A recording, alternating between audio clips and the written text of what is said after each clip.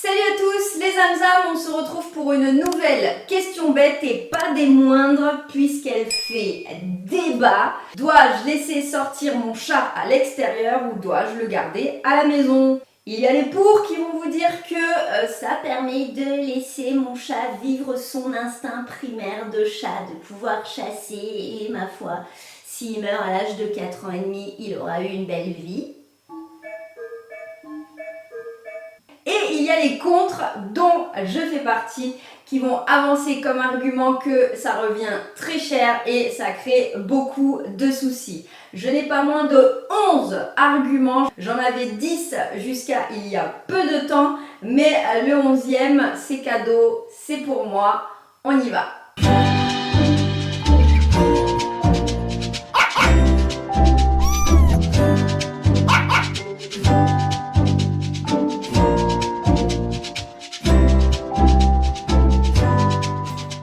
Je suis pas venue toute seule, je suis venue avec ma petite tache de chocolat parce que oui, j'ai fait un gâteau au chocolat vegan pour l'anniversaire de ma maman.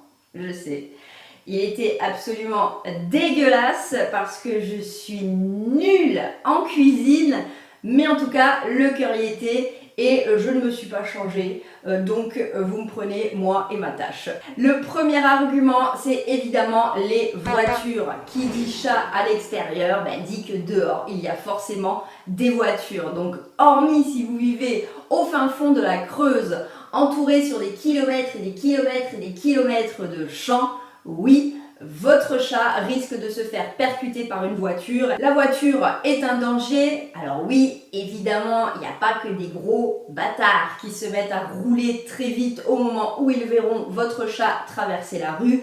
Mais cela arrive et il suffit que le chat déboule directement sous les pneus de la voiture pour qu'il soit très difficile de l'éviter.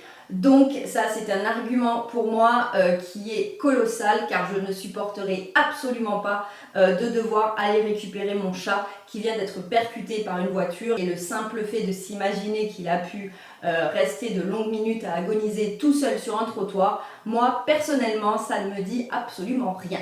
Le deuxième argument, c'est les intoxications. Il y a bien sûr les voisins qui en ont marre de voir votre petit minou venir déféquer ou gratter la jolie terre dans laquelle ils viennent de planter leur salade et qui, à un moment donné, vont péter un boulard et décider de mettre des morceaux de viande avec de la morora à l'intérieur. Petite parenthèse pour ces gens-là, évidemment, c'est puni par la loi et vous pouvez largement vous faire condamner pour des actes comme ça puisque c'est considéré comme de la barbarie, de la maltraitance et il y a des textes de loi là-dessus, donc réfléchissez à deux fois et si vous avez déjà préparé vos petites boulettes avec de la morora dedans, eh bien écoutez, bon appétit à vous! Il n'y a pas donc que les voisins, les chats sont sensibles à des plantes extérieures comme le muguet ou le laurier rose que l'on retrouve dans beaucoup de zones pavillonnaires et il suffit qu'il soit attiré par une odeur et qu'il aille mâchouiller ces herbes pour se retrouver intoxiqué. Là encore, il va mourir dans d'atroces souffrances, souvent seul puisqu'il ira se cacher et très honnêtement, vous risquez de ne plus jamais le voir revenir. Mon troisième argument, ce sont les autres chats. Si vous avez un chat, il y en a forcément d'autres dans le quartier où vous vivez et c'est bien normal puisque si vous le laissez sortir, eh bien vos voisins en font de même. Évidemment, vous n'êtes pas le seul à avoir eu cette idée folle.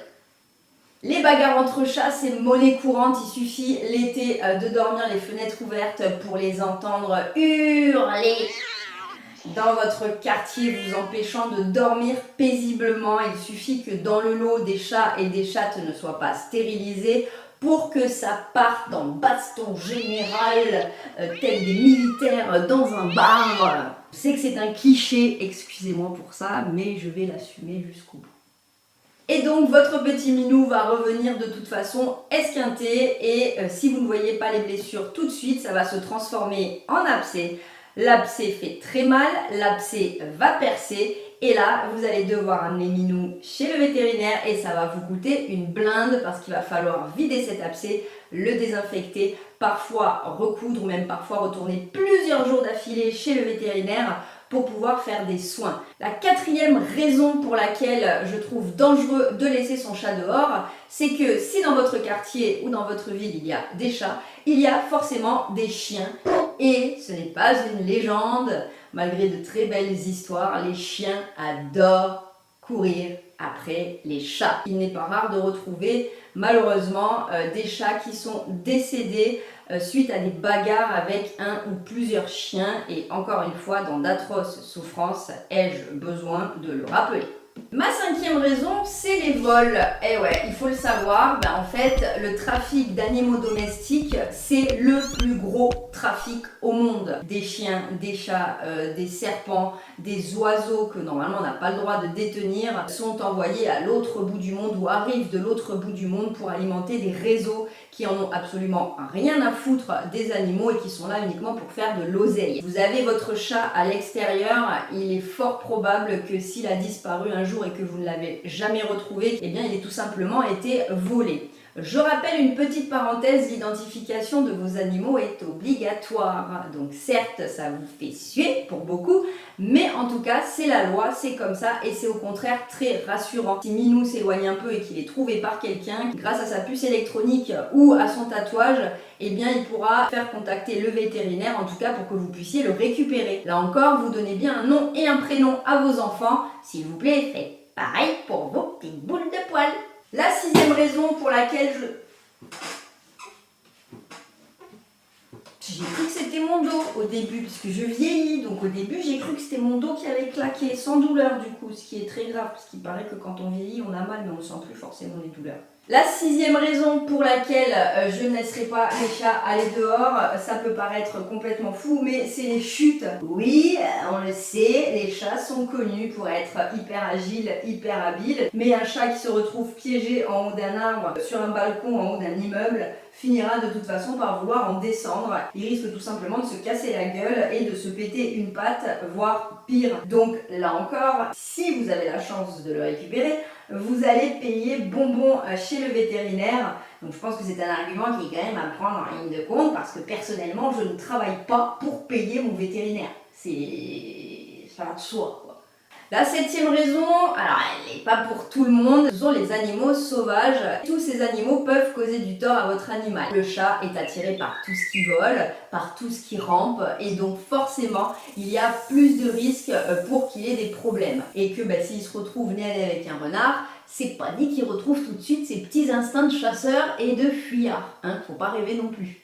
La huitième raison, ça va être une raison un peu bizarre, mais pour l'avoir vue, et ça va nous permettre surtout de parler de quelque chose d'important, ce sont les barbelés. Un chat qui va essayer de passer de jardin en jardin ou de terrain en terrain, même si les barbelés sont interdits désormais, et un chat peut très vite se retrouver accroché par son pelage à des pics de grillage ou de barbelés et rester là à sécher au soleil en attendant qu'une bonne âme vienne le retrouver. Petite parenthèse de nouveau, énormément de chats meurent pris à leur propre piège dans leur collier. Ne mettez pas de collier à vos chats. On fera une vidéo certainement spécifique là-dessus, mais c'est ridicule de mettre un collier à son chat, tout simplement parce que s'il saute par-dessus un grillage et que son petit collier reste accroché, votre chat va rester accroché au grillage lui aussi. Et alors, je parle même pas de la clochette.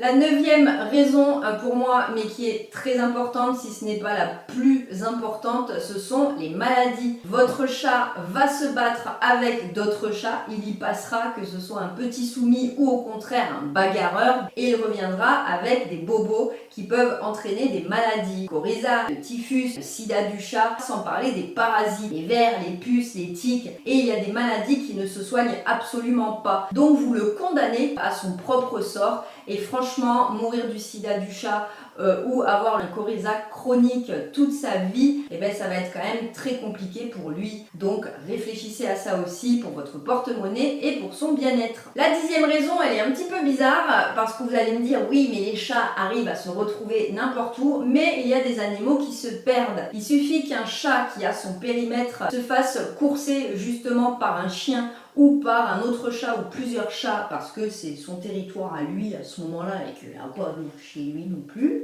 Après tout, c'est chacun son quartier, ok, c'est son terre-terre. eh bien il va se retrouver à fuir, à courir toujours plus loin, toujours plus haut, toujours plus loin, toujours plus haut, la voix du ghetto. Ceux qui ont la ref, ça nous rajeunit pas. Mais donc vous risquez de ne jamais retrouver votre chat tout simplement parce que en voulant s'échapper, il va se retrouver 3 villages plus loin et il ne pourra jamais rentrer chez lui. Et enfin, le dernier argument, le 11e argument pour moi, ce sont mes amis les chasseurs.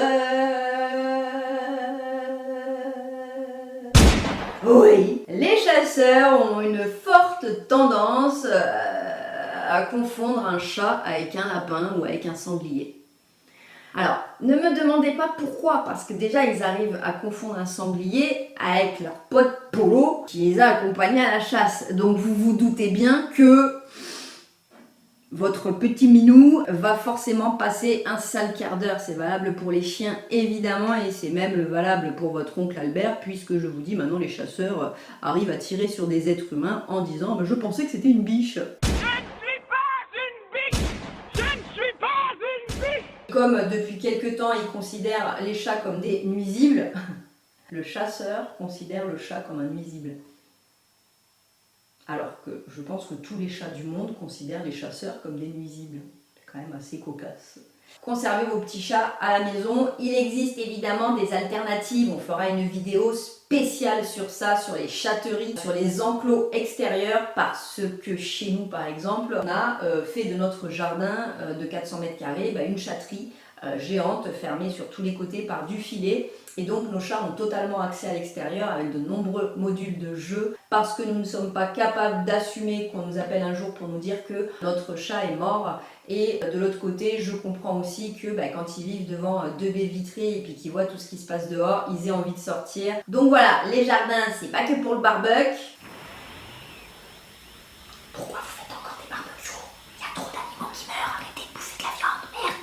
C'est pas que pour les barbecues, c'est pas que pour bronzer, c'est aussi pour vos chats et on verra comment sécuriser tout ça. Voilà pour ces 11 raisons qui font que doit-on laisser son chat sortir à l'extérieur? Doit-on laisser son chat sortir à l'extérieur?